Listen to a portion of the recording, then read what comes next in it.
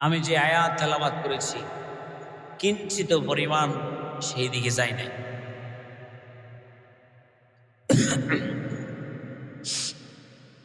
বন্ধুগণ আমার, আল্লাহ পাক রব্বুল আলামিন পৃথিবীর বুকে আল্লাহ তাআলা, একটু বুঝবার চেষ্টা করবেন আমার কথাগুলো, মনোযোগ দিয়ে শোনেন।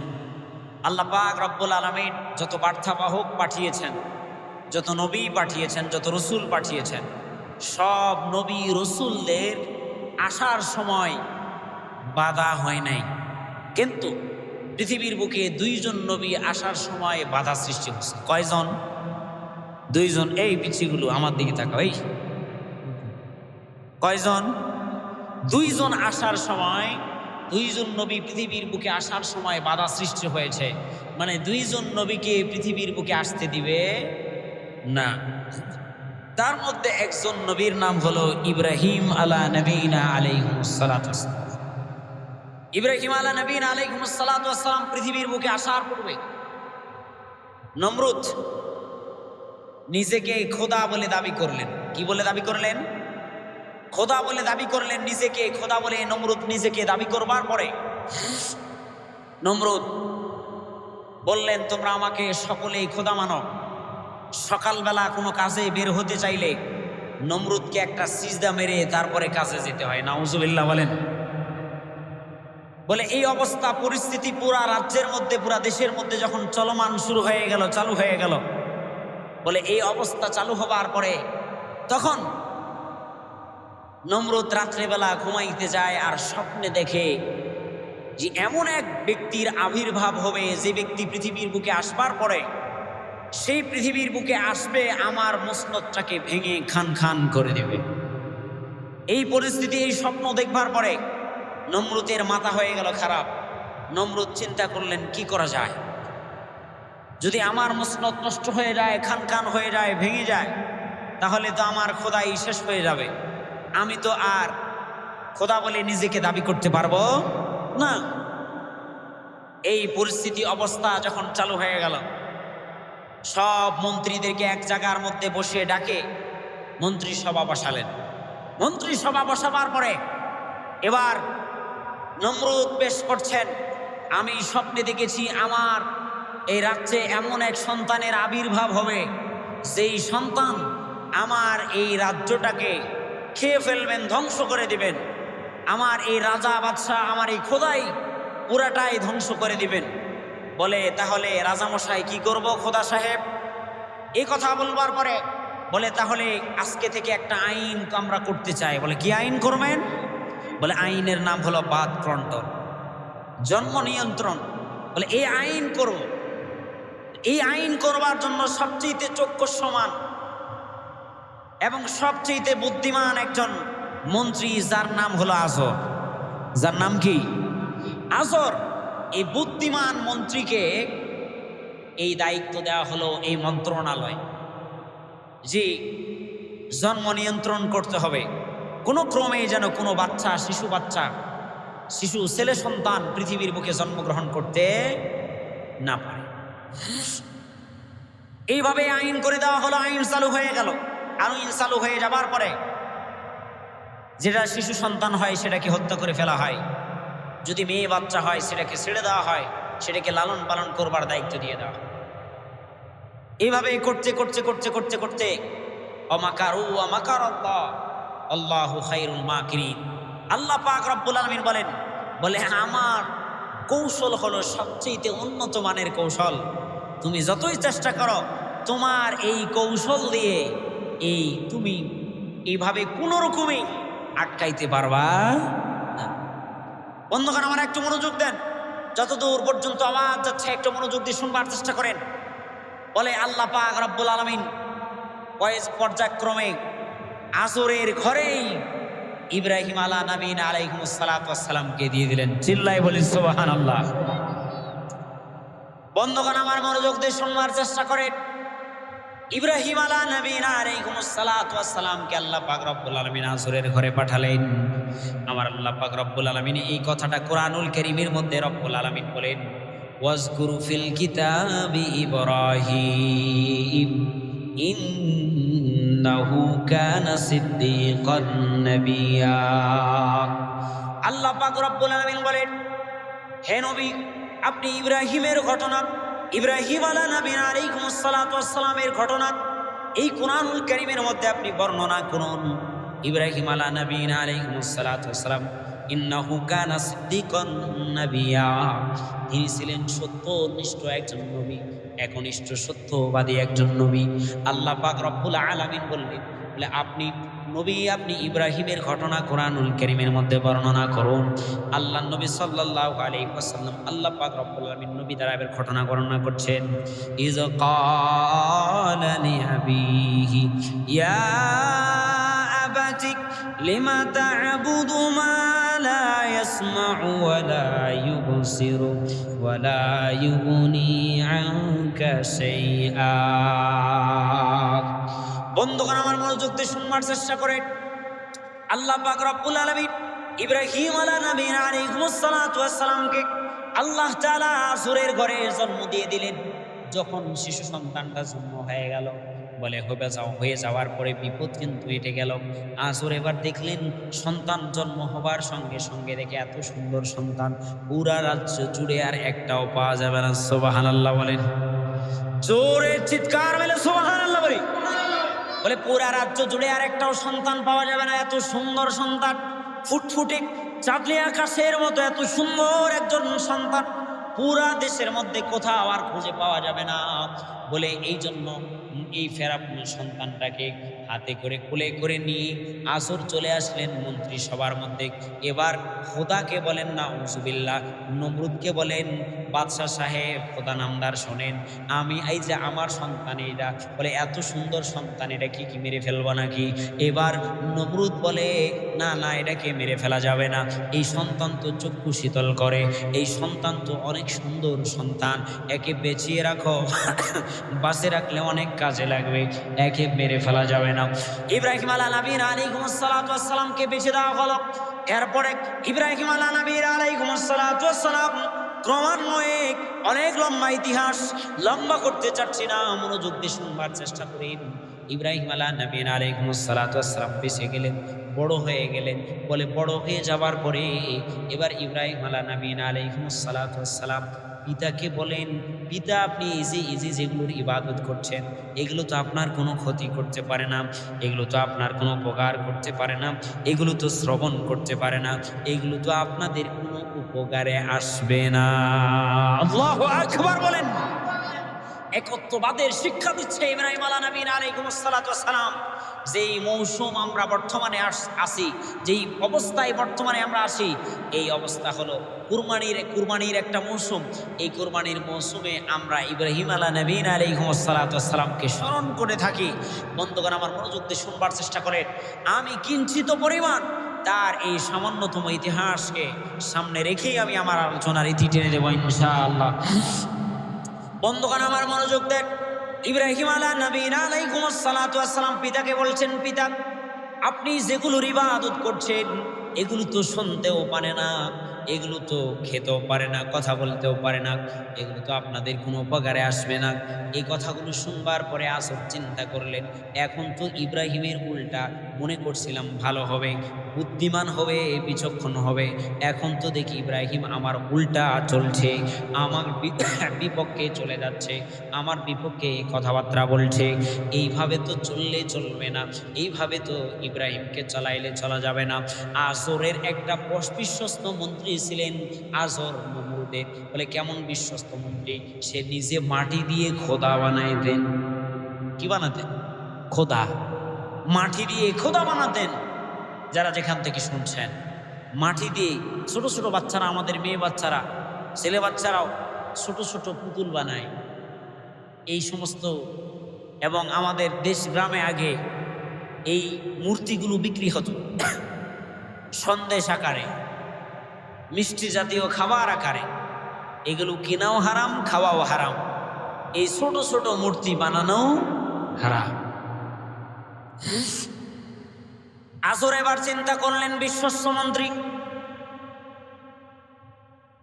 যেই মন্ত্রীকে দায়িত্ব দেওয়া হয়েছে, বলে আমার কাছে সব দায়িত্ব আছে, দেশে যাতে করে নমরুদের বিরোধী কোনো সন্তান জন্মগ্রহণ না করতে পারে, কিন্তু দেখছি শত্রু তো আমার ঘরেই, এটাই তো শত্রু, এই তো শত্রু। এই কথা বলবার পরে এবার চিন্তা করলেন, মনে মনে বুদ্ধি বের করলেন। আসর কিন্তু অনেক বুদ্ধিমান ছিল, আবু জেহেলও অনেক বুদ্ধিমান ছিল। আবু জেহেলের নাম ছিল আবুল হেকাম, মানে হেকমতের বাবা, বুদ্ধির বাবা। কিন্তু আবু জেহেলের নাম হয়েছে আবু জেহেল, মানে মূর্খের বাবা। কারণ হলো আসল বুদ্ধিটা আসল জায়গায় খাটাইতে পারে নাই, দিনের জন্য খাটাইতে পারে নাই। এই জন্য আমাদের সমাজের যত মানুষ যত শিক্ষায় উন্নত মানের শিক্ষা অর্জন করুক, যত উন্নত মানের শিক্ষায় শিক্ষিত সে হোক, যদি তার কাছে সৎ বুদ্ধি আর উত্তম বুদ্ধি যদি না থাকে, তাহলে সেই মানুষটা উত্তম বলে পরিচিত লাভ করতে পারবে না। আল্লাহ পাক রব্বুল আলামিনের দরবারে দামি বলেও পরিচিত লাভ করতে পারবে না। আল্লাহ পাক রব্বুল আলামিনের দরবারে গ্রহণযোগ্য বলে পরিচিত লাভ করতে পারবে না। বন্ধুগণ, আমার মনোযোগ দিয়ে শুনবার চেষ্টা করেন। আমার আল্লাহ পাক রব্বুল আলামিন বলেন, এবার আজর সন্তানকে বলছে, তুমি ইবাদত করো, তুমি ইবাদত করো, ইবাদত। তুমি তো আমার খোদাগুলোর ইবাদত করবে। ইব্রাহিম আলাইহিস সালাম দেখছে, আরে কোন অবস্থা, আমি তো দেখি এরা কোনো উপকার করতে পারে না, এরা কোনো ক্ষতিও করতে পারে না, কিছু শুনতেও পারে না, দেখতেও পারে না, খেতেও পারে না, নিজের উপকারেও আসে না, কোনো প্রকারে কোনো ক্ষতি হয় না, কোনো কিছু হয় না। বলে এই পরিস্থিতি আর অবস্থা হবার পরে আসর এবার চিন্তা করলেন যে মনে মনে একে পরিবর্তন করতে হবে। তাহলে পরিবর্তন করতে চাইলে মাধ্যম কি? মাধ্যম হলো, আজকে থেকে বাবা তুমি প্রতিদিন বাজারে গিয়ে খোদা বিক্রি করবা। কি বিক্রি করবে? কথা বলেন, কি বিক্রি করবে? খোদা বিক্রি করবে। মানে যে মাটি দিয়ে মূর্তিগুলো বানানো হয়, এই মূর্তিগুলো নিয়ে যে বাজারে গিয়ে বিক্রি করবে। বন্ধুগণ, আমার মনোযোগ দেন। বলে বাজারে যে বিক্রি করবার জন্য বাবা আদেশ দিলেন, ইব্রাহিম আলাইহিস সালাম খোদাগুলোকে টুকরি ডালির মধ্যে ভরানোর পরে মাথার উপরে উঠায়া আস্তে করে নিয়ে যাচ্ছেন। যেতে যেতে হাঁটতে হাঁটতে চলে গেলেন পাশে এক পুষ্করণী পুকুর, পানি রাখার জায়গা। বলে এই পানি রাখার জায়গার মধ্যে, পুষ্করণীর মধ্যে চলে গেলেন। বলে এই কাছাকাছি ওই স্থানে যাবার পরে ওই স্থানে গিয়ে এবার ইব্রাহিম আলাইহিস সালাম মনে মনে চিন্তা করলেন, কেমন খোদা একটু পরীক্ষা করি। সুবহানাল্লাহ বলেন, জোরে বলেন সুবহানাল্লাহ। বলে খোদার স্পিড কত, একটু পরীক্ষা করে দেখি। এবার পরীক্ষা করবার জন্য ইব্রাহিম আলাইহিস সালাম এক একটা করে ডালের থেকে নামায় আর পানিতে চুবড়ায়। বুঝে থাকলে বলেন তো, পানিতে চুবড়ালে কি ঠিক থাকবে মাটিতে মূর্তি বানানো? কথা বলেন, ঠিক থাকবে নাকি? ঠিক থাকবে না। পানিতে একটা করে ডাল থেকে নামায় আর পানিতে চুবড়ায়। মানে পানিতে যখন চুবড়ায় তখন কারো হাত ভাঙে, কারো পা ভাঙে, সবগুলো ভাঙে। বলে এইভাবে ডালির ভিতরে আবার ভরায়া বাজারে। বন্ধুগণ, আমার মনোযোগ দেন। বলে বাজারে নিয়ে যাবার পরে এবার খোদা বাজারে নিয়ে গেছেন বিক্রি করবার জন্য। বুঝে থাকলে বলেন, হাত ভাঙা, পা ভাঙা এই সমস্ত খোদাগুলো কেউ ক্রয় করবে না? কি করবে না? কেউ ক্রয় করবে না। বলে যখন বাজারের মধ্যে নিয়ে গেলেন, কেউ আর এই খোদাগুলো ক্রয় করে না। বলে হবল, মানত, লাত, উজ্জাত এই সমস্ত মূর্তিগুলোকে কেউ আর ক্রয় করে না। মাথায় ভরে ইব্রাহিম আলাইহিস সালাম আবার নিয়ে চলে আসলেন। বলে বাজার থেকে যখন বাসায় নিয়ে চলে আসছে, বলে বাবা কি খবর, খোদা বিক্রি করতে পারো নাই নাকি? বলে আব্বাসান আর বলিয়েন না, খুব এক বিস্ময়কর ঘটনা প্রতিমধ্যে রাস্তার মধ্যে ঘটে গেছে। বলে কি ঘটনা ঘটছে বলো? বলে ঘটনা হলো, বলে রাস্তার মধ্যে এমন এক ঘটনা ঘটছে বাবা, আমি মাথায় করে নিয়ে যাচ্ছিলাম আমার খোদাগুলোকে। বলে মাথার উপরে আপনার এই যে দেবতা, লাত, মানত, উজ্জাত আর হবল এই সমস্ত মূর্তিগুলো এমন মারামারি লাগাই দিছে। বলে মারামারি করতে করতে একটা আরেকটার পা ভাঙিয়ে ফেলাইছে। আল্লাহু আকবার বলেন। তাওহীদের শিক্ষা মনোযোগ দিয়ে শুনবার চেষ্টা করেন। আমার আল্লাহ পাক রব্বুল আলামিন সূরা মারিয়ামে পুরা ঘটনা বর্ণনা করছেন। লম্বা করে ব্যাখ্যা করবার সময় নাই। বন্ধুগণ, আমার মনোযোগ দিয়ে শুনবার চেষ্টা করেন। অনেকে এক ওয়াজতে বছর পার করে, আমার কিন্তু অভ্যাস নাই, এক আলোচনা কোথাও পাবেন না। আজকে শুনবেন ওখানে, কালকে যাবেন ওখানে, আলাদা পাবেন। কেন অভ্যাস কিন্তু এরকম নাই। উদ্দেশ্য হলো জাতিকে দেওয়ার জন্য, জাতি যেন কিছু পায়। বলে ইব্রাহিম আলাইহিস সালাম তৌহিদের শিক্ষা দিচ্ছে। বলে তৌহিদ কেমন হবে? যেমন আমাদের এই প্রতিষ্ঠানগুলোকে বাচ্চাদেরকে আমরা তৌহিদ শিক্ষা দেয়। বলে বলে বাবা পড়ো প্রথম নম্বর কালিমা লা ইলাহা ইল্লাল্লাহু মুহাম্মাদুর রাসূলুল্লাহ সাল্লাল্লাহু আলাইহি ওয়াসাল্লাম। বন্ধু মাঝখানে একটা কথা দেই, কথা বলে দেই, মনোযোগ দিয়ে শুনবার চেষ্টা করে। বলে এই ছোট মাসুম বাচ্চাটা লা ইলাহা ইল্লাল্লাহ মুহাম্মাদুর রাসূলুল্লাহ পড়েছে। বলে লা ইলাহা ইল্লাল্লাহ মুহাম্মাদুর রাসূলুল্লাহর ভিতরে যতগুলো জের আছে, যতগুলো জবর আছে, যতগুলো তাসদীদ আছে, যতগুলো সুকুন আছে, যতগুলো হরফ আছে, যত আল্লাহ পাক রব্বুল আলামিন যতগুলো জের জবর সুকুন আর হরফ তাসদীদ দিয়েছেন, আল্লাহ পাক রব্বুল আলামিন বিশ্ব নবী সাল্লাল্লাহু আলাইহি ওয়াসাল্লাম দ্বারা আল্লাহ পাক রব্বুল আলামিন এইভাবে তিরমিজির হাদিস শরীফের মধ্যে বিশ্ব নবী সাল্লাল্লাহু আলাইহি ওয়াসাল্লাম দ্বারা জানিয়ে দিচ্ছেন। বুখারীর হাদিস শরীফের মধ্যে পাওয়া যায়, মুসলিমের হাদিস শরীফের মধ্যে পাওয়া যায়। পৃথিবীর বুকে সবচেয়ে বড় হাদিসের কিতাব হলো মুসনাদে আহমদ ইবনে হাম্বল রাহিমাহুল্লাহ। কিতাবে মুসনাদ, মুসনাদের ভিতরে কমপক্ষে 40,000-এর বেশি হাদিস পাওয়া যায়। বন্ধুগণ আমার, এই হাদিসের কিতাবের মধ্যে হাদিসগুলো পাওয়া যায়। বলে লা ইলাহা ইল্লাল্লাহ মুহাম্মাদুর রাসূলুল্লাহ। একটা মাসুম বাচ্চা, মাসুম বাচ্চার কোনো গুনাহ নাই, তার শরীরে অলবডিতে কোনো প্রকারে গুনাহ নাই, সে হলো মাসুম। এই মাসুম বাচ্চাটা যখন পড়েছে জের জবর তাসদীদ সুকুনাত হরফাত আর যা কিছু আছে, বলে সবগুলোর বিনিময়ে আমার আল্লাহ পাক রব্বুল আলামিন বলে আজকে এই জামিউল মাদ্রাসাটাকে যে সুন্দর করবার জন্য মেহনত করলো, আমার আল্লাহ পাক রব্বুল আলামিন ওর আমলনামায় 10 নেকি দিয়ে দিবেন। যে সহযোগিতা করলো ওর আমলনামায় 10 নেকি দিবেন, যে পড়াইলো ওর আমলনামায় 10 নেকি দিবেন। আমার আল্লাহ পাক রব্বুল আলামিন বলে যে আসে নাই মাদ্রাসায়, দূর থেকে মন থেকে মহাব্বত করেছে, সাপোর্ট করেছে, কেননা আমার আল্লাহ পাক রব্বুল আলামিন বলে কোরআনুল কারীম হলো আমার কালাম, আমার কথা কথা কথা কথা কথা। কোনো মানুষ যদি আমার সাথে প্রেম করতে চায়, আমার সাথে ভালোবাসা করতে চায়, আমার সাথে মহব্বত লাগাইতে চায়, সে যেন কোরআনুল কারীম তেলাওয়াত করে। বিশ্বনবী সাল্লাল্লাহু আলাইহি ওয়াসাল্লাম বলে যখন আমার মনটা ভালো না থাকে, বলে মক্কার কাফেররা মুসলমানদেরকে মারে, বলে বিশ্বনবী সাল্লাল্লাহু আলাইহি ওয়াসাল্লাম কোরআনুল কারীম বের করে তেলাওয়াত করতেন। বিশ্বনবী কোরআনুল কারীম পড়তেন। সাহাবায়ে কেরাম বলে, সাহাবায়ে কেরাম সহ বলছেন, যখন সাহাবায়ে কেরামের মন খারাপ থাকতো, বলে সাহাবায়ে কেরাম কোরআনুল কারীম বের করে তেলাওয়াত করতেন, পড়তেন। বলে কোরআনুল কারীম পড়লে তার মনটা ভালো হয়ে যেত, মনটা শান্তি পেত, মনে প্রশান্তি লাভ করত। কিন্তু এখন আমরা কোরআনুল কারীম তেলাওয়াত করি না, বলে মন ভালো লাগে না, গান শুনি, বলে টিভি দেখি, সিনেমা দেখি, অশ্লীল সিনেমা দেখি, গুনাহের মধ্যে লিপ্ত হয়ে যায়। ও বন্ধুগণ, ও যুবক বাবাজিরা, ও মুরব্বী বাবাজান, ও দোস্ত আমার, ও দোস্ত আহবাব, ও যুবক ভাইয়েরা আমার, ও মাসুম বাচ্চারা আমার, মনোযোগ দিয়ে শুনবার চেষ্টা করে।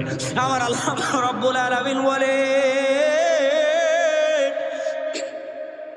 ওই সময় যদি তোমার কাছে মালাকুল মউত চলে আসে, ও গোলাম রে, তুমি তো বুঝো না, বুঝছো না, তোমার জন্য এটা সার্টিফিকেট হয়ে যাবে, তোমার জাহান্নামে যাওয়ার জন্য সার্টিফিকেট হবে। ও বন্ধু, আমার সাবজেক্ট কিন্তু এটা নয়। কোনো মানুষ জাহান্নামের আগুন সহ্য করতে পারবে না। কিয়ামতের ময়দানে ৭০,০০০ লাগাম লাগায়া জাহান্নামকে টেনে ইসরায়ের সামনের দিকে নিয়ে আসা হবে। জাহান্নাম ডাক দিয়ে বলবে, আল্লাহ তুমি আমাকে বানাইছো, আমার খাবার দাও। বলে বেঈমানদেরকে জাহান্নামের মধ্যে নিক্ষেপ করে দেওয়া হবে, সবগুলোকে নিক্ষেপ করা হবে, জালেমকে নিক্ষেপ করা হবে, অবিচারকারীকে নিক্ষেপ করা হবে, কোরআনকে বাইপাস করে চলনেওয়ালাকে নিক্ষেপ করা হবে, কোরআনকে অহংকার করে চলনেওয়ালাকে নিক্ষেপ করা হবে। বলে জুলুমবাজকে নিক্ষেপ করে দেওয়া হবে, বলে জেনাখোরকে নিক্ষেপ করে দেওয়া হবে, গীবতখোরকে নিক্ষেপ করে দেওয়া হবে। বন্ধুগণ আমার, মনোযোগ দিয়ে শুনবার চেষ্টা করেন। বলে সবগুলোকে নিক্ষেপ করে দেওয়ার পরে জাহান্নাম চিৎকার দিবে আর বলবে, আল্লাহ আমার পেট ভরে রব্বুল আলামিন আমার ভিতরে আরো কিছু দাও। আর রব্বুল আলামিন যখন জান্নাতীরা জান্নাতে চলে যাবে, জাহান্নামীরা জাহান্নামে চলে যাবে। আমার আল্লাহ পাক রব্বুল আলামিন। ও বন্ধু, কথায় কথা চলে আসে না বললে পারি না।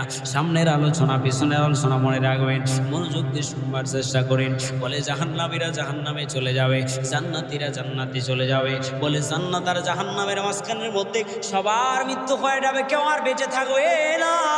বলে জান্নাত আর জাহান্নামের মাঝখানের মধ্যে বুখারীর রওয়ায়াতের মধ্যে পাওয়া যায়, বলে মৃত্যু নামক জন্তুটাকে যখন জবাই করে দাও, মানুষগুলো গাধার মতো চিৎকার করবে আর ডাক দিয়ে বলবে আল্লাহ। জানতাম না রব্বুল আলামিন,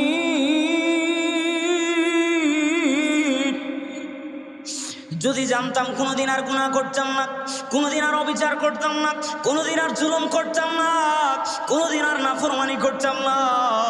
রব্বুল আলামিন, তোমার সাথে অন্যায় করতাম না, তোমার আমলগুলোকে বাইপাস করে চলতাম না, তোমার অর্ডারগুলোকে বাইপাস করে চলতাম না, তোমার কোরআনকে বাইপাস করে চলতাম না, তোমার কোরআনের সামিয়ানাকে বাইপাস করে বাজারে বাজারে ঘুরতাম না, তোমার কোরআনের প্যান্ডেলকে বাইপাস করে বাজারে বাজারে ঘুরতাম না।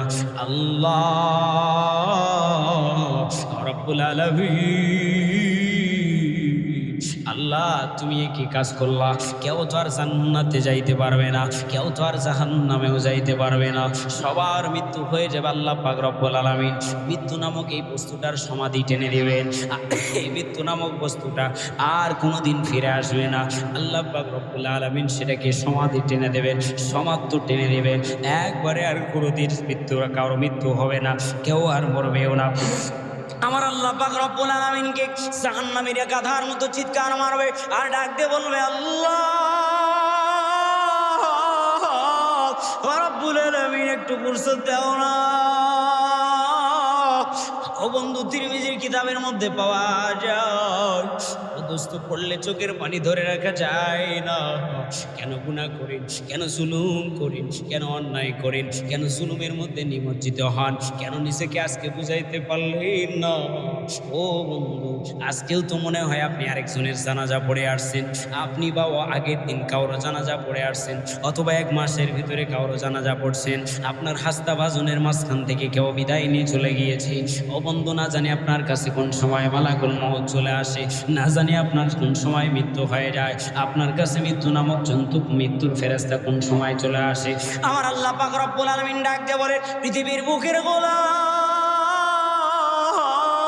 আমি আল্লাহকে ভয় করো, আমি আল্লাহকে ভয় করে চলো। কবরের মধ্যে কিন্তু কোনো প্রকারের এলাও চলবে না, সেখানে পার পাইতে পারবা না। আজকে 10, 15, 20 বিঘা, 40 বিঘা, 200 বিঘা, 300 বিঘা, 400 বিঘা আমের বাগান আছে। বলে টাকা হয়েছে আমার চাইতে কেউ বড় নাকি? আমার চাইতে অনেক টাকা পয়সা আর কেউ আছে নাকি? বলে আমু অমুক করি, তমুক করি, ই করি, সি করি, সব কিছু করি। ও বন্ধু, মনোযোগ দিয়ে শুনবার চেষ্টা করি, কোনো কিছু কাজে আসবে না। বলে সব কিছু ফেলায়া আমাকে আপনাকে কবরের বাড়িতে যেতে হবে। বলে কবরের বাড়িতে যখন যাবে, ডানে আগুন হয়ে যাবে, বামে আগুন, ওপর দিয়ে আগুন, কবরটাকে জাহান্নামের সাথে সম্পৃক্ত করে দেওয়া হবে। জাহান্নামের আযাবগুলো সব চলে আসবে, মানুষটা দাও দাও করে আগুন জ্বলবে, মানুষটা কাঁদবে, কিন্তু আমি আপনি বুঝতে পারি না। ও বন্ধু, দেখবেন দুনিয়ার বুকে সত্য ঘটনা। ও বন্ধু, আমি নিজের চোখে দেখেছি কবরস্থানের পাশে গরু বেঁধে রাখলে গরুরাও বসে কবরে আযাব হয়, চোখের পানি ছেড়ে দিয়ে কান্দে, ছটপট ছটপট করে লাপায় কান্দে। পৃথিবীর বুকে আরো অনেক ইতিহাস আছে, অনেক ঘটনা আছে। একবারে চোখে দেখা কবরের আযাব নামে একটা কিতাবও আছে। ও বন্ধু, অনেক ঘটনা আছে, ঘটনার দিকে যাচ্ছি না, মূল উদ্দেশ্য বোধ হয়ে যাবে। মনোযোগ দিয়ে শুনবার চেষ্টা করেন। ও বন্ধুগণ আমার, গরু পশু পাখিরাও বোঝে কবরে আযাব হয়, সব প্রাণীরা কবরের আযাব বোঝে, কিন্তু মানুষ বোঝে না। বুঝলে কোনোদিন আর গুনাহ করতো না, খাওয়া দাওয়া ছেড়ে দিত, সব কিছু ছেড়ে দিত, শুধু রবের আমল করবার জন্যই সব সময়গুলো ব্যয় করত। বন্ধুগণ আমার মনোযোগ দিয়ে শোনার চেষ্টা করেন। ইব্রাহিম নবীনা আলাইহিস সালাতু ওয়াস সালাম একত্ববাদের শিক্ষা দিচ্ছে। আল্লাহ পাক রব্বুল আলামিন ইব্রাহিম নবীনা আলাইহিস সালাতু ওয়াস সালাম দ্বারা আমাকে আপনাকে একত্ববাদের শিক্ষা দিলেন। বলে একত্ববাদ কেমন করে আমরা শিখব, আল্লাহকে কেমন করে মানব, কেমন করে মানতে হয়। বলে খোদাগুলোকে সবগুলোকে নিয়ে আসে টুকরির মধ্যে, ডালির মধ্যে নিয়ে আসে, যখন রাখছেন, রাখবার পরে ডালির মধ্যে নিচে নামায়া যখন রাখছেন, রাখার পরে বাবা কি খবর, খোদা বিক্রি করতে পাও নাই? বলে আব্বাসান সবচেয়ে মজার বিষয় হলো আপনার খোদাগুলো আমি নিয়ে যাইতে যাইতে রাস্তার মধ্যে মারামারি শুরু করে দিয়েছে। বলে আমি বড়, এ বলে আমি বড়, ও বলে আমি বড়, এ বলে আমি বড়, ও বলে আমি বড়, এ বলে আমি বড়। বলে এভাবে বলতে বলতে বলতে তারা মারামারি করে পাগুলো ভেঙে ফেলছে। এবার পিতা ডাকতে বলে কি বলো, এই সমস্ত কথা তুমি তো মিথ্যা কথা বলছো, এটা তো সত্য কথা হতে পারে না। বলে বাবা কেন সত্য কথা হতে পারে না? বলে এই জন্যই সত্য কথা হতে পারে না, কেননা এরা তো মারামারি করতে পারে না, নড়তে পারে না, চড়তে পারে না, খাইতে পারে না, উঠতে পারে না, বসতে পারে না, কারো কোনো ক্ষতিও করতে পারে না, কারো কোনো উপকারও করতে পারে না, কোনো কাজেও আসে না। তাহলে এবার ইব্রাহিম নবীনা আলাইহিস সালাতু ওয়াস সালাম বলেন লি আবিহি ইয়া আবাতি লিমা তা'বুদু মা লা ইয়াসমাউ ওয়া লা ইউবসিরু ওয়া লা ইউগনি আনকা শাইআ। হে আমার পিতা, তাহলে আপনি কেন তাদের ইবাদত করছেন, আপনি কেন তাদেরকে ডাকছেন? আর তারা তো আপনার কথা শুনে না, আপনার কথা শুনতে পারে না, আপনাকে দেখতেও পারে না, আপনি কেন তাহলে তাদের ইবাদত করছেন? কিসের জন্য তাদের ইবাদত করেন? বলে দেন, আজকে বলেন আমার খোদাকে। আল্লাহু আকবার বলেন। বন্ধুগণ আমার মনোযোগ দিয়ে শুনবার চেষ্টা করেন। আসেন আলোচনার মিডিল পয়েন্টে চলে আসছে, একটু মনোযোগ দেন। বলে খোদা কেমন করে তাহলে আপনার আমার খোদা হলো, আমাকে আপনাকে তাহলে কিভাবে উপকার দিবে, সে কেমন আমরা তার ইবাদত করি? এই কথাগুলো যখন আসর শুনলেন, শুনবার পরে মন্ত্রী সবার মধ্যে চলে গেলেন, যাবার পরে কথা পেশ করলেন। বলে বাদশা নামদার, খোদা নামদার, বলে এখন দেখছি তো আমার ঘরের ভিতরেই শত্রু। আল্লাহু আকবার। আল্লাহ পাক রব্বুল আলামিন বলে তুমি যত প্রকারের জাল ফেলবা, যত প্রকারের চক্রান্ত করবা, আমি তোমার ভিতর দিয়ে আমি আল্লাহ পাক রব্বুল আলামিন ইসলামকে বের করে নিয়ে আসবো, চমকায় নিয়ে আসবো। সমাজের অনেক মানুষ কেউ মাদ্রাসাকে মহব্বত করে, কেউ আবার মাদ্রাসার বিরোধিতা করে, আছে না নাই? কথা বলেন আছে না নাই? কেউ মহব্বত করে, কেউ বিরোধিতা করে। দেখবেন আল্লাহ পাক রব্বুল আলামিন আবার ওর ঘর থেকে বের করে নিয়ে আসে মাদ্রাসাকে মহব্বতওয়ালা বানিয়ে দেয়। সুবহানাল্লাহ, আছে না নাই? বন্ধুগণ আমার মনোযোগ দেন। আমার আল্লাহ পাক রব্বুল আলামিন বলছেন আসর এবার মন্ত্রী সবার মধ্যে আলোচনা করলেন তাহলে কিভাবে তাকে ঠেকানো যাবে। পরামর্শ বসিয়েছেন, সব মন্ত্রীরা এক জায়গায় আছে, সব মন্ত্রীরা এক জায়গার মধ্যে আলোচনা করছেন, পরামর্শ করছেন। পরামর্শ করতে করতে কোনো প্রকার পরামর্শের মধ্যে উপনীত হইতে পারে না। বলে 3 মাথাওয়ালা এক দরবেশ চলে আসছে। কয় মাথা বলেন? কয় মাথা? 3 মাথাওয়ালা দরবেশ আসছে। আসার পরে ডাক দিয়ে বলে কি পরামর্শ করছো? দাঁড়ায় গেছেন। এবার নমরুদ বলতেছে আপনি মুরব্বী কোথা থেকে আসছেন? আমরা মুরব্বী মানুষ আসলে একটু জায়গা ছেড়ে দেয় না, বোঝেন না কেন? জায়গা ছেড়ে দেয় না মুরব্বী মানুষ আসলে। মুরব্বী আপনি কোথায় আসছেন? বসেন, তাড়াতাড়ি বসেন, এই পাশে বসেন, এই পাশে বসেন। সুন্দর করে বসাইছেন। বসানোর পরে বলে মুরব্বী কি বলতে চান, আপনি কি বলতে চাচ্ছেন? বলে আমি একটা কথা বলতে চাচ্ছি, তোমরা যা পরামর্শ করছো একটাও কাজে না, একটাও কাজে আসবে না। বলে কি পরামর্শ? বলে পরামর্শ হলো এমন এমন। বলে কি? বলে পরামর্শ হলো যদি ইব্রাহিমকে যদি তোমরা পথভ্রষ্ট করতেই চাও, তাহলে পথভ্রষ্ট করতে চাইলে এই যে দুনিয়ার মধ্যে একটা কনসার্টের আয়োজন। কিসের আয়োজন বলেন? কথা কিসের আয়োজন? কনসার্টের আয়োজন করো। তো কনসার্টের আয়োজন করে কি হবে? বলে কনসার্টের আয়োজন করবা আর পুরা দেশ থেকে একবারে সবচেয়ে সুন্দরী মহিলাগুলাকে নিয়ে আসবা, অর্ধ উলঙ্গ করে তাদেরকে ছেড়ে দেবা, সেখানে নাচবে, গান গাইবে। আর ইব্রাহিম দেখবে, দেখার পরে তার দোয়ার আল্লাহ পর্যন্ত পৌঁছবে না, সে দোয়া না পৌঁছার কারণে মোরতাদ হয়ে সে মারা যাবে। বলেন না আউযুবিল্লাহ। বন্ধুগণ আমার মনোযোগ দেন, মনোযোগ দিয়ে শুনবার চেষ্টা করে। বলে 3 মাথাওয়ালা দরবেশের নাম কি? শয়তান। কি নাম? জোরে বলেন, কি নাম? কি? শয়তান। 3 মাথাওয়ালা দরবেশের নাম হলো শয়তান। আজও যারা কনসার্টের আয়োজন করবে, গান গান গান গান বলে এই কনসার্টের আয়োজন যারা করবে, তাহলে তারা এদের উদ্ভাবক কে? শয়তান। কে? কি ভুল বললাম? রাগ করতেছেন? রাগ করছেন না? তাহলে কথা বলেন। তাহলে এদের উদ্ভাবক কে? নাম্বার ইবলিশ, শয়তান, মিস্টার ইবলিশ, শয়তান। বন্ধুগণ আমার, বলে কনসার্টের আয়োজন করা হলো, পুরা এলাকা জুড়ে বিশাল বড় কনসার্টের আয়োজন করলেন। বিশাল বড় কনসার্টের আয়োজন করবার পরে এবার ইব্রাহিম নবী আলাইহিস সালাতু ওয়াস সালামকে দাওয়াত দেবার জন্য আসছে। বলে দাওয়াত দেয়, ইব্রাহিম চলো, আমরা আসছি তোমাকে আমরা এই কনসার্টের মধ্যে নিয়ে যাওয়ার জন্য। বলে এখানে যাই কি হবে? বলে ওখানে গান শুনবো, নাচ দেখবো, সব কিছু দেখবো, তাহলে মন ভালো হবে, ফুর্তি হবে, আমরা সবাই যাচ্ছি, তুমি আমাদের সঙ্গে চলো। বলে এই কথা বলবার পরে ইব্রাহিম নবী আলাইহিস সালাতু ওয়াস সালাম বলেন, আনা সাকিমুন, আমি অসুস্থ, আমি যাইতে পারবো।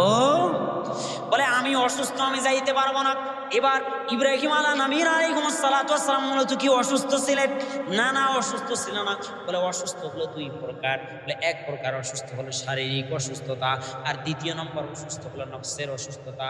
নফসের অসুস্থতা, নফসটাও অসুস্থ হয়ে যায়, আমার আপনার নফসও অসুস্থ হয়ে যায়। বলে নফসকে পরিষ্কার করবার জন্য বলে এই নফসের মধ্যে জিকির লাগাইতে হয়। বলে জিকির লাগাইলে নফসটা পরিষ্কার হয়। বলে আল্লাহর কালামকে ফলো করলে নফসটা পরিষ্কার হয়। বলে মাদ্রাসাওয়ালাদের সাথে সম্পৃক্ত থাকলে নফসটা পরিষ্কার হয়। বলে ওলামায়ে কেরামের সাথে সম্পৃক্ত থাকলে নফসটা পরিষ্কার হয়। বলে আলেমকে ভালোবাসলে নফসটা পরিষ্কার হয়। বলে এগুলোর সাথে সম্পৃক্ত থাকলে নফসটা পরিষ্কার হয়ে যায়। বলে আনা সাকিমুন, বলে আমি অসুস্থ, আমি যাইতে পারবো না। সবাই চলে গেলেন, সবাই এবার চলে গেলেন কনসার্টে। 2-3 দিন 4 দিন কনসার্ট হয়ে গেল। কনসার্ট থেকে সবাই চলে আসলেন, ফিরে আসলেন। এর ভিতরে ইব্রাহিম নবী আলাইহিস সালাতু ওয়াস সালাম একবার গেছেন, বড় পূজা জায়গা আছে, পূজার স্থান, যে স্থানটা আছে ওই স্থানে গেছেন। যাওয়ার পরে কিছু খাবার নিয়ে গেছেন, খাবার হাতে করে নিয়ে গেছেন। নিয়ে যাওয়ার পরে বলে, এই যে আলা তানতিকুনা আলা তাফআলুনা আলা তাকুলুনা, এই যে তোমাদের খাবার, আলা তাশরাবুনা, এই যে তোমাদের পানি, কেন খাচ্ছ না, কেন কথা বলছো না? এক একটা করে বলে বলে আর একটা কুড়াল নিয়ে গেছেন। বলে কুড়াল দিয়ে মারে আর হাত পা ভেঙে সবগুলোই গুঁড়া করে দেয়। কথা বলে যখন না বলে, ইব্রাহিম নবী আলাইহিস সালাতু ওয়াস সালাম অনেক রাগীব মানুষ ছিলেন। বলে মারতে মারতে সবগুলোকে ভেঙে একেবারে শেষ করে ফেলছে। বলে সবগুলো ভাঙার পরে কুড়ালটা সুন্দর করে আস্তে বড় যেটা আছে ওই বড়টার কাঁধের ভিতরে দিয়ে চলে আসছে। আল্লাহু আকবার বলেন। 3 দিন পর যখন কনসার্ট শেষ হয়ে গেল, বুদ্ধি হলো শয়তানের, কনসার্টের বুদ্ধি হলো শয়তানের। 3 দিন পর শেষ হয়ে যাওয়ার পরে সবাই বাড়ির মধ্যে ফিরে আসছেন। বলে বাড়ির মধ্যে প্রবেশ করবার পরে সবাই চিন্তা করলো, এ বাড়িতে প্রবেশ করবার পরে আমাদের খোদাদের সাথে একটু সাক্ষাৎ করি, দেখা করি, একটু ইবাদত করি। বলে বাড়ির ভিতরে প্রবেশ করবার আগে খোদার সাথে ইবাদত করবার জন্য যখন উপাসনালয়ে ঢুকছেন, ঢুকার সাথে সাথে দেখে সব ভাঙা, বড়টার কাঁধের উপরে কুড়াল। আল্লাহু আকবার বলেন। বড়টার কাঁধের উপরে কুড়াল। এই অবস্থা দেখবার পরে বলে, কে ভাঙলো, কে ভাঙলো, কে ভাঙলো? খোঁজ করো, তালাশ করো, কে ছিল? বলে কেউ তো ছিল না, সবাই তো কনসার্টে চলে গিয়েছিল। ছিল কে? ছিল হলো ইব্রাহিম। ইব্রাহিম নবী আলাইহিস সালাতু ওয়াস সালামের কাছে এবার চলে আসলেন। ইব্রাহিম নবী আলাইহিস সালাতু ওয়াস সালামের কাছে আসলেন। আসবার পরে ইব্রাহিম নবী আলাইহিস সালাতু ওয়াস সালামকে বলে, ইব্রাহিম রে, তুমি কি ভেঙেছো নাকি? তুমি কি এই মূর্তিগুলো তুমি ভেঙেছো নাকি? বলে কে বলল? তোমার প্রমাণ আছে নাকি? কোনো প্রমাণ আছে? প্রমাণ দাও। আমি কিভাবে ভাঙলাম, কেমন করে ভাঙলাম, প্রমাণ দাও। এই কথা বলবার পরে, না তুমি ভাঙছো। বলে ধরে নিয়ে গেছে উপাসনালয়ের কাছে নিয়ে যাওয়ার পরে এবার বলে, ইব্রাহিম সত্য কথা বলো, স্বীকার করো। বলে সবাই চলে আসছে। আসবার পরে ইব্রাহিম নবী আলাইহিস সালাতু ওয়াস সালাম ডাকতে বলে, ও আমার কম, ও আমার সম্প্রদায় রে, তোমরা শোনো, এই যে তোমরা যে মূর্তিগুলো বানিয়ে রেখেছ, দেখো দেখো প্রমাণ কিন্তু এখানে আছে। বলে কি প্রমাণ আছে? বলে প্রমাণ হলো ওই যে দেখো তাকায় বড় মূর্তিটা, ওর কাদের উপরে কুড়াল, ওই সবগুলোকে ভাঙে চুরমার করে ফেলছে, আর সবগুলোকে ভেঙে দিয়েছেন, চুরমার করে দিয়েছেন। ওর কাদের উপরে কুড়াল আছে দেখো দেখো। এই কথা বলবার পরে সবাই হতভম্ব হয়ে গেছে। আলা তাহিসু, একবারে হতভম্ব হয়ে গেছে, কেউ আর কথা বলে না। বলে একবারে সব চুপ হয়ে গিয়েছে, কেউ আর কথা বলতে পারবে না, পারে না, কিংকর্তব্য বিমূঢ় হয়ে গিয়েছে। বলে এই অবস্থার মধ্যে ইব্রাহিম বলে, কেন তোমরা এগুলোর ইবাদত করো? বলে এই ইব্রাহিম শোনো, সে তো কোনো কথা বলতে পারে না, তারা তো কোনো ক্ষতি করতে পারে না, তারা তো কোনো উপকার করতে পারে না, তারা তো কোনো প্রকার ক্ষতি উপকার করতে পারে না, তাহলে কিভাবে তারা ভাঙলো? একে একজনকে মারতে পারে না। ইব্রাহিম আলাইহিস সালাম ডাকতে বলে, ও আমার কওম, যদি তাই হয় তাহলে তোমরা কেন তার ইবাদত করছো? আল্লাহু আকবার বলেন। মুসলমান বন্ধুগণ আমার মনোযোগ দিয়ে শুনবার চেষ্টা করেন। আমার আল্লাহ পাক রব্বুল আলামিন বলেন, ইয়া আবাতি ইন্নী ক্বাদ জাআনি মিনাল ইলমি মা লাম ইয়াতিকা ফাত্তাবি'নি আহদিকা সিরাতান সাবিয়্যা। আল্লাহ পাক রব্বুল আলামিন বলে, ইব্রাহিম আলাইহিস সালাম বলছে, ও আমার পিতা, আপনি কেন এগুলোর ইবাদত করছেন? শোনেন, আপনার কাছে ইলম আসে নাই, আমার কাছে ইলম আসছে। আমার কাছে ইলম আসছে মালাম ইয়াতিকা ফাত্তাবি'নি আহদিকা সিরাতান সাবিয়্যা। আপনি আমার অনুসরণ করুন, আমাকে মেনে চলুন, তাহলে আমি আপনাকে সরল পথ দেখাবো, সঠিক পথ দেখাবো। যেমন আমাদের সমাজের উলামায়ে কেরাম বলে, ভাই মাদ্রাসায় আছেন, মাদ্রাসার সাথে সম্পৃক্ত হয়ে যান, তাহলে সরল পথ পেয়ে যাবেন, সঠিক পথ পেয়ে যাবেন, আল্লাহকে চিনতে পারবেন, আল্লাহকে ভালোবাসতে পারবেন, আল্লাহকে মহব্বত করতে পারবেন। বন্ধুগণ আমার মনোযোগ দিয়ে শোনার চেষ্টা করেন। ইব্রাহিম আলাইহিস সালাম বলেন, ইয়া আবাতি লা তা'বুদিশ শাইতান, হে আমার পিতা, আপনি শয়তানের ইবাদত করিয়েন না, এগুলো আপনার কোনো ক্ষতি করতে পারে না। ইন্নাশ শাইতানা কানা লির-রাহমানি আসিয়া। আল্লাহু আকবার। ইব্রাহিম আলাইহিস সালাম বলে, পিতা আমার, এগুলো হলো শয়তানের ইবাদত আপনি করিয়েন না।